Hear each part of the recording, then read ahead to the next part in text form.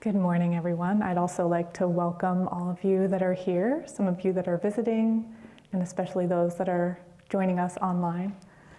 I'd like to start with a reading from Whispers from Eternity, which is Yogananda's book of poems and prayer demands. This is, "Make us transparent that thy light may shine through us unimpeded.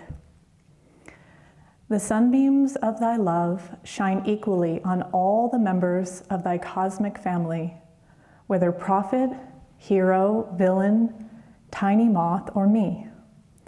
It is our own fault if we make ourselves opaque by our own mental and emotional dullness.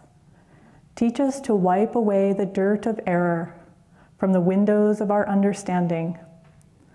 Our arms are weak for the task, owing to our long inner spiritual resistance.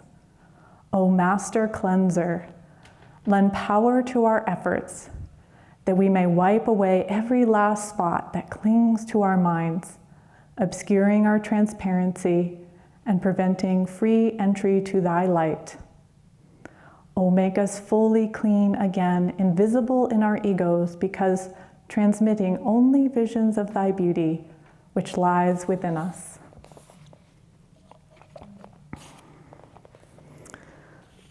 So it seems here we are again with another reminder that things are not what they seem.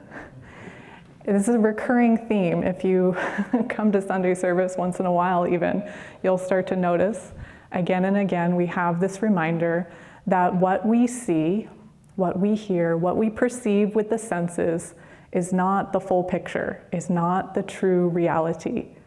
And again, we have this invitation, this opportunity to develop within ourselves that ability to perceive that divine reality.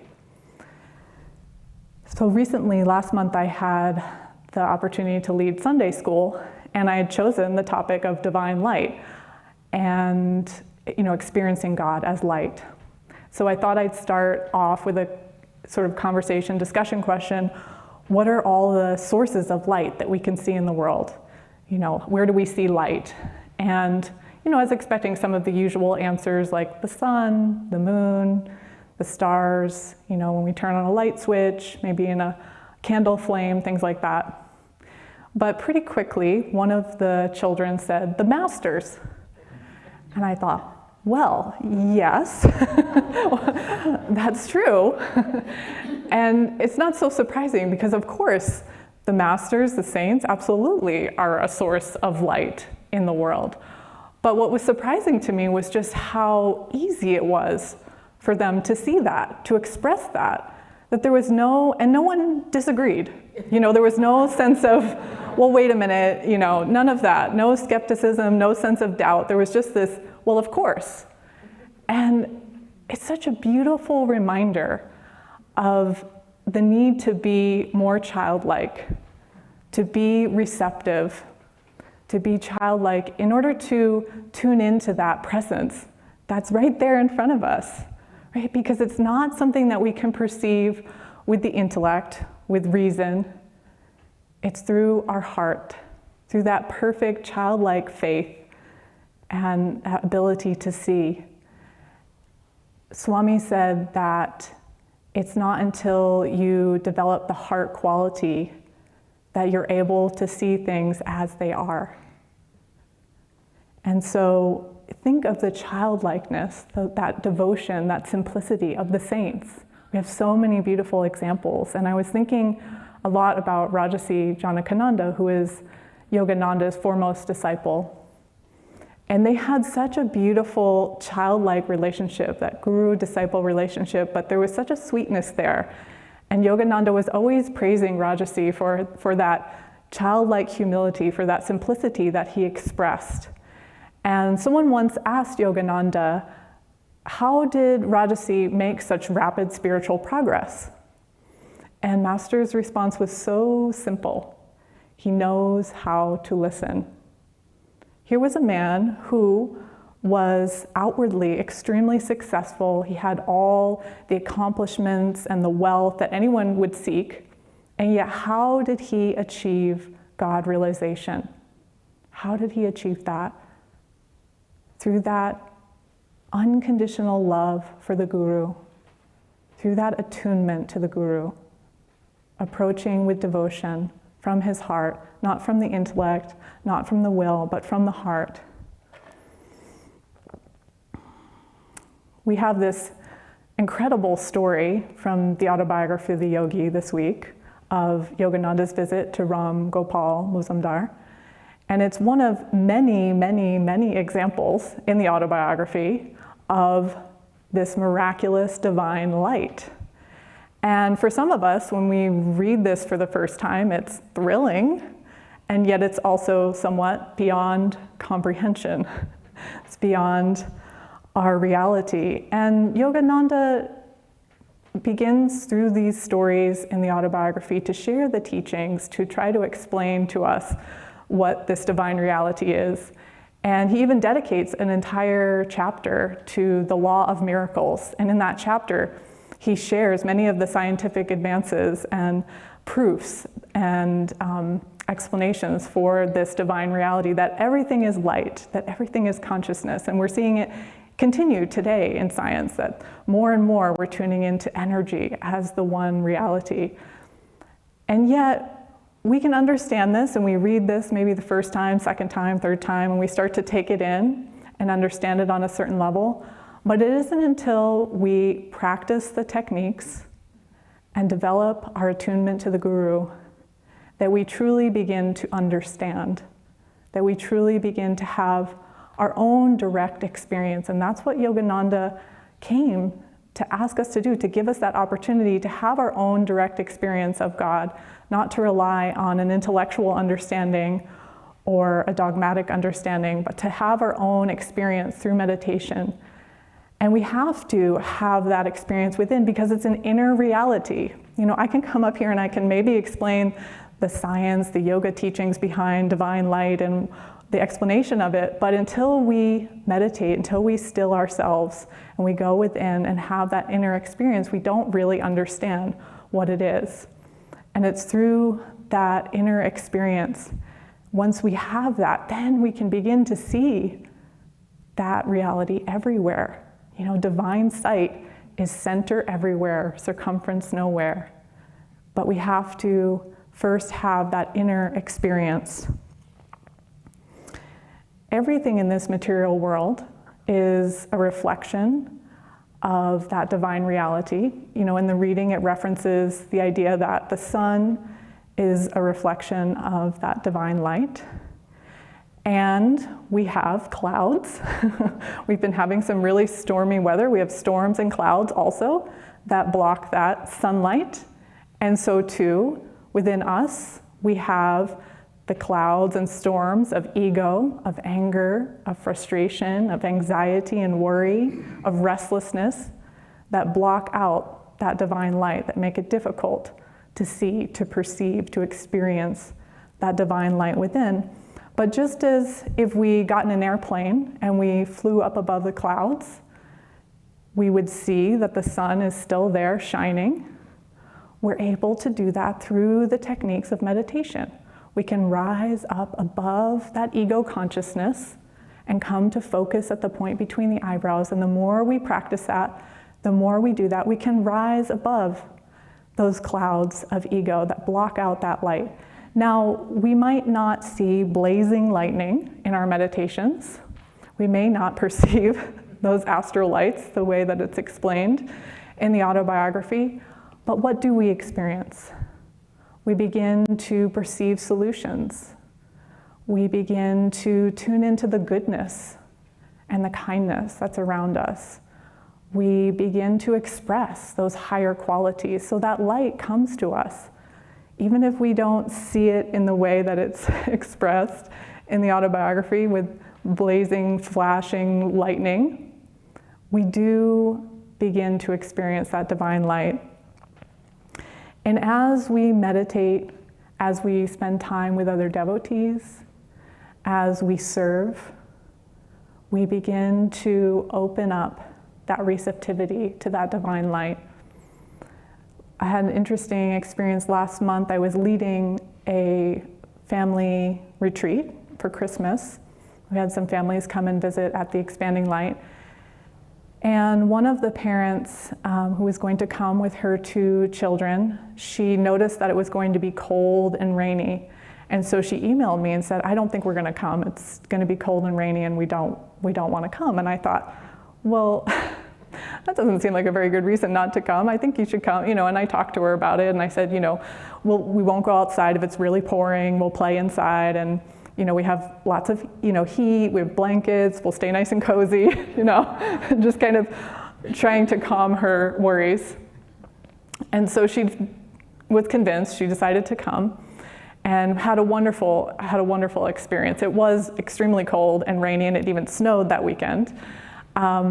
But what was interesting is what she said at the end of the retreat on the last day. We were all just reflecting and sharing our experience and our gratitude. And she said, it felt like there was an inner light that we were carrying around with us wherever we went that the bad weather just couldn't touch.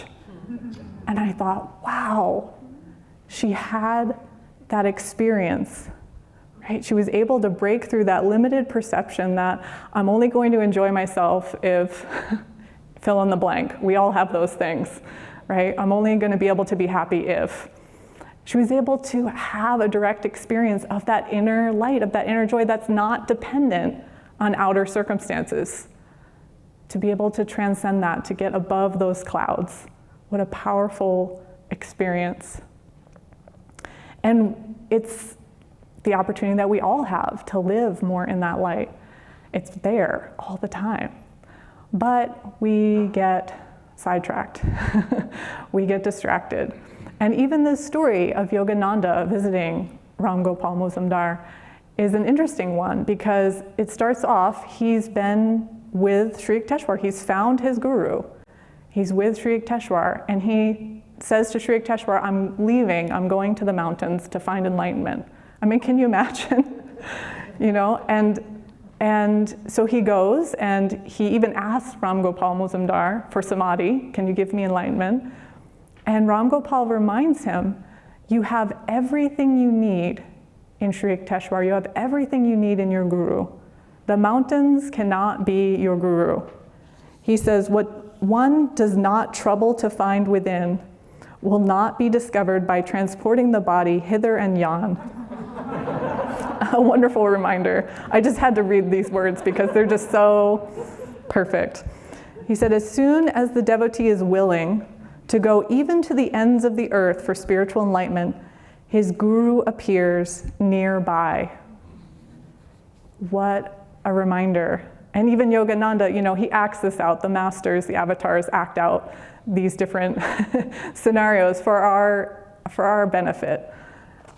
To remind us that God is the nearest of the near. There's no place we need to go. There's no outward activity. There's nothing we need to accomplish outwardly in order for God to be here right now. It's just a matter of calming our hearts and minds and opening ourselves in receptivity.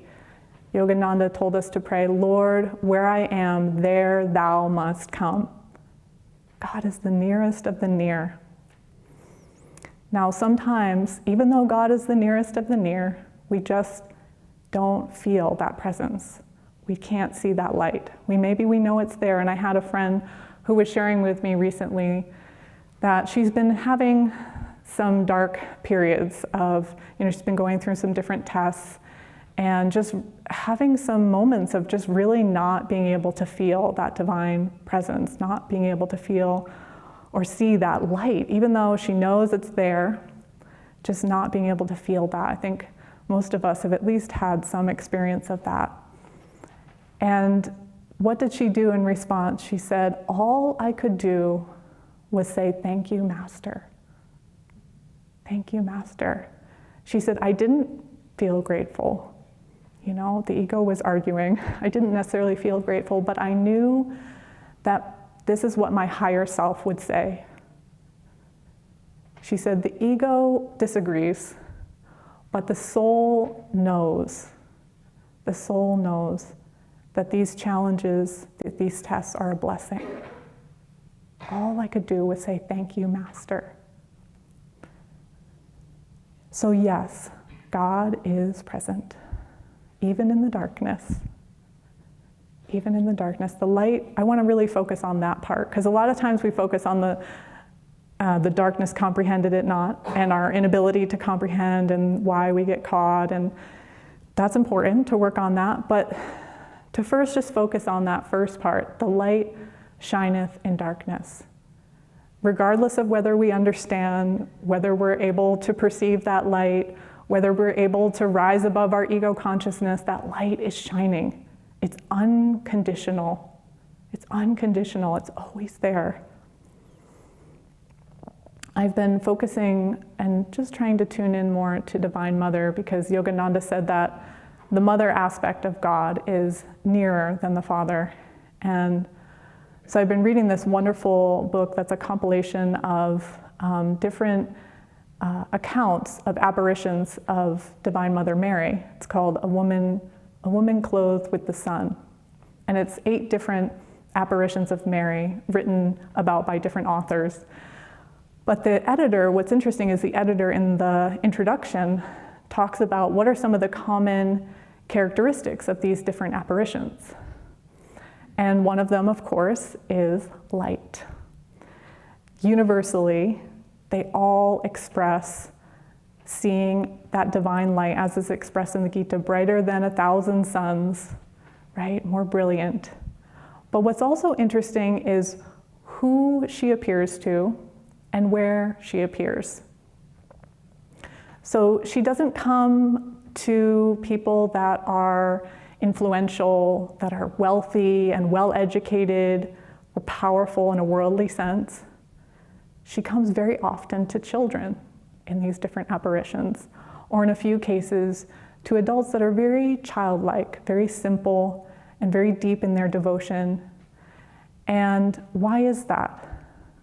Because they're receptive, because they accept unhesitatingly what they see, what they perceive. There's nothing standing in the way. There's no intellectual argument. There's no reasoning that jumps in. There's just this heart quality. As Swami said, it's only when we develop that heart quality that we're able to see things as they really are. So just ask yourself, are you seeing things as they really are from the heart? Or are we caught sometimes in our minds, in our egos, in our rationalizations and justifications and all of that? And the other interesting thing is where these apparitions occur. They don't happen in beautiful places, beautiful gardens, or stately mansions or castles, or at universities even, where there's lots of theologians that could understand or analyze what they see. No, in these inaccessible, isolated, desolate, poverty-stricken places, just out in the middle of nowhere. And oftentimes in places where religion had been forgotten or openly criticized or ridiculed. And what is the lesson there? That Divine Mother comes to us where she is needed. She comes where she's needed, right? That light shineth in the darkness. So is God present where there is ignorance? Yes, absolutely. You think about the examples of our masters, of Jesus, incarnating at, the lowest point in the dark ages and the difficulty and persecution, and Master even coming to the West as one of the first teachers from India to really dedicate himself to sharing these teachings here, and how difficult that was. And yet, Divine Mother shines her light in the darkness. The light shineth in darkness is such a beautiful reminder of that unconditional love, of that infinite compassion of Divine Mother. Wherever she's needed, she will come. We have this quote that we think of often: if you only knew how much God loved you, you would die for joy. Mm-hmm. And yet we hear it, but do we really understand it? It's a little beyond our comprehension, that love, isn't it?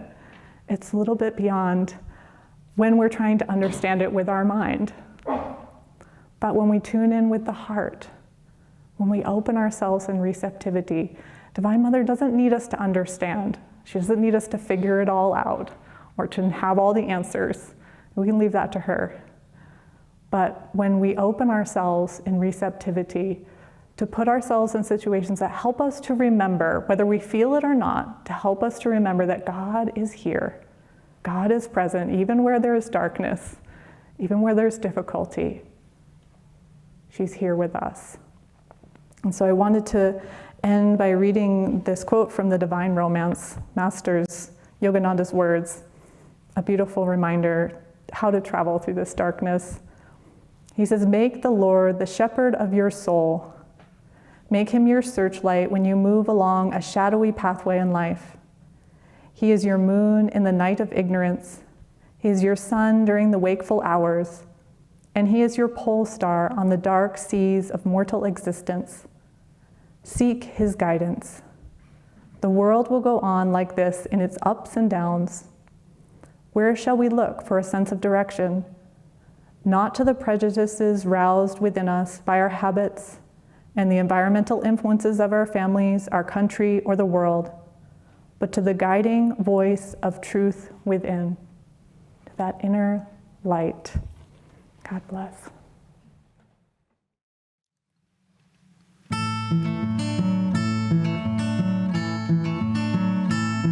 The secret of laughter lies in the laughing, not in the search for joy. It's a swallow winging on the wind, it's innocence in a boy. Lura-lura-lero, lura-lura-lie. Joy will come to anyone whose heart has learned to fly. Lura-lura-lero, lura-lura-lie. Joy will come to anyone whose heart has learned to fly. Joy in the singing, not in the song sung, welcome but never crave. If you think that laughter lies in things, to things you'll be but a slave. Lura-lura-lero, lura-lura-lie. Joy will come to anyone whose heart has learned to fly. Lura-lura-lero, lura-lura-lie. Joy will come to anyone whose heart has learned to fly. Joy in the giving, not in the gaining. Grasp and you'll never sing. You could win the world and still be poor. Win peace and live like a king. Lura-lura-lero, lura-lura-lie. Joy will come to anyone whose heart has learned to fly. Lura-lura-lero, lura-lura-lie. Joy will come to anyone whose heart has learned to fly. Sing when the sun shines, sing when the rain falls, sing when your road seems strange. In a tempest seize the lightning flash and ride the winds of change. Lura-lura-lero, lura-lura-lie. Joy will come to anyone whose heart has learned to fly. Lura-lura-lero, lura-lura-lie. Joy will come to anyone whose heart has learned to fly. Lura-lura-lero, lura-lura-lie. Joy will come to anyone whose heart has learned to fly. Oh.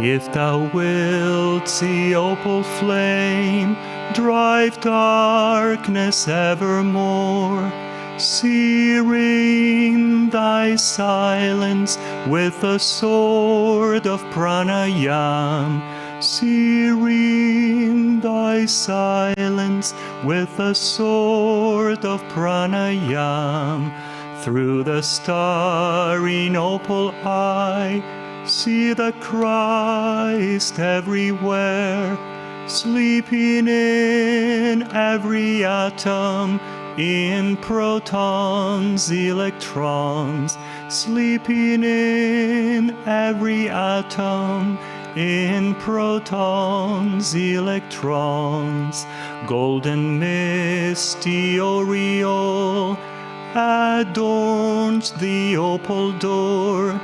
Through the star in the blue, meet the Christ everywhere. Through the star in the blue, meet the Christ everywhere. Starry dove with wings of rays, alights on forehead, showing you the throne of Christ in the peace of every heart. Showing you the throne of Christ in the peace of every heart. Make thine eyes a single flame to see the starry gate. Thy body will be light, illumining all space. Thy body will be light, illumining all space. By wise inspiration, follow the starry eye to see the Christ born in thy soul anew. To see the Christ born in thy soul anew. Starry dove with wings of flame, baptize me in thy light, spreading my soul with Christ in the bliss everywhere. Spreading my soul with Christ in the bliss everywhere. Shining opening in hall of matter, O star, I peep through thee into the land of astral light that kindles life in everything. Into the land of astral light that kindles life in everything. If thou wilt see opal flame, drive darkness evermore. If thou wilt see opal flame, drive darkness evermore. If thou wilt see opal flame, drive darkness evermore.